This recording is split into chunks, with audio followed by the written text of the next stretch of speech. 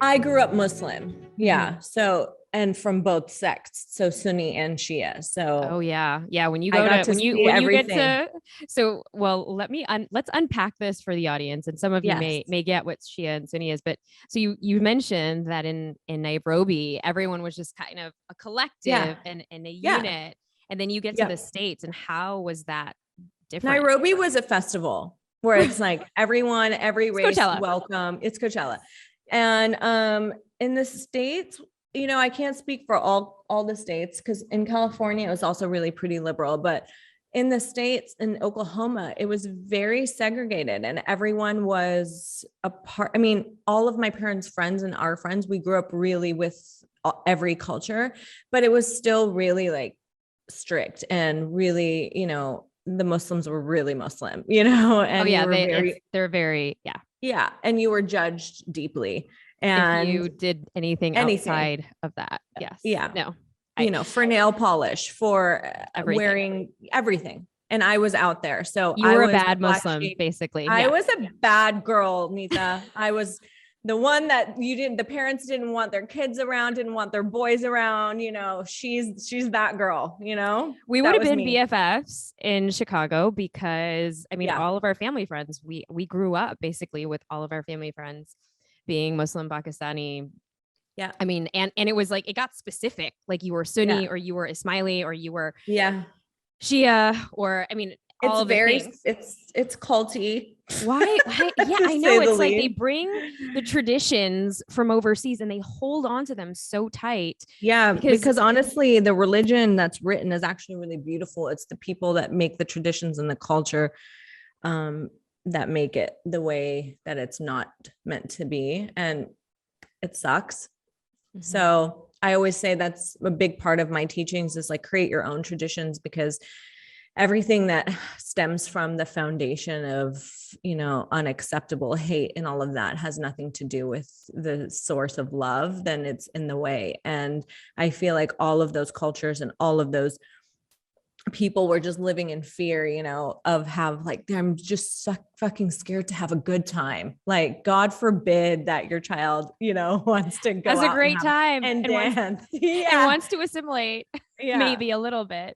But Yeah. you've so So and that's what I love so much about you and seeing how you navigate life. You're a mama of two and you are in this, multicultural marriage, but also you still celebrate Eid. I see some of your posts. And so how was that with your family when you decided that you were literally going to be the black sheep and have your own traditions?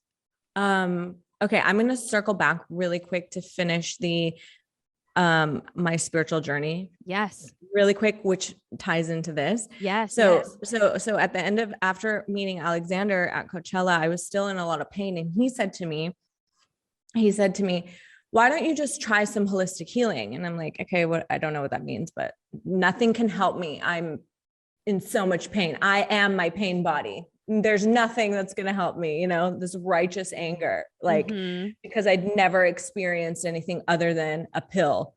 And Um, very, yeah, very yeah, Western medicine. yeah, and Western therapy. And so at that point we were going to Vegas for a really big trade show. It was one of their biggest shows. They were dressing Bieber and Snoop and they did a whole collab with everyone and it was like a really big deal for them. And I'm sitting in the hotel room crying saying, my back is in so much pain, I can't go. And he was like, no, I'm done with this, like, you're going and we're going to just fix this. So in that moment, I'm like, all right, whatever. I'll try anything at this point.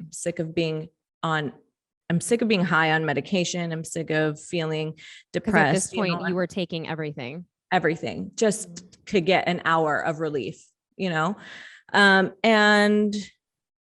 it was really affecting our life and our relationship. So he's like, sit down. I'm like, okay. And he taught me emotional freedom technique, Oh, EFT. yes. It was the first Yes. one, first thing. And Wow. I didn't understand the technology locked behind releasing emotions from your body, forgiving your body, emotionally freeing your body. Had zero idea what this was going to do to me.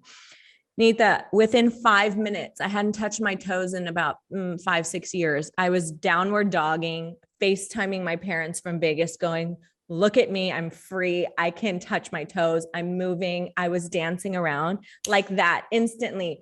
Oh my Forgiveness goodness. of my body, forgave everything. I was so mad at my body.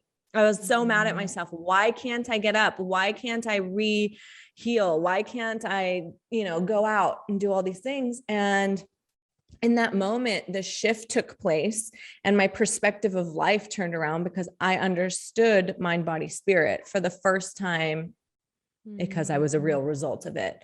From that day on, I became obsessed with wanting to heal people and show them that this is possible. I never took anything again. I was completely pain-free. Stop from that moment. Oh From my that goodness. moment, I was off of all of my pain medication. I was off of my inhalers because I couldn't breathe because I was having panic attacks. I was off of my anxiety pills. I was off of Xanax, the ibuprofens, the $5,000 injections, like everything done. Oh my God. Done. And I was like, wow, this is incredible. I'm so sorry that I never that was my more awakening. Of that. My full awakening. And then I became obsessed with it. So I trained in everything that I could to be able to change my life around, to help other people realize their power and help them heal in a quick amount of time.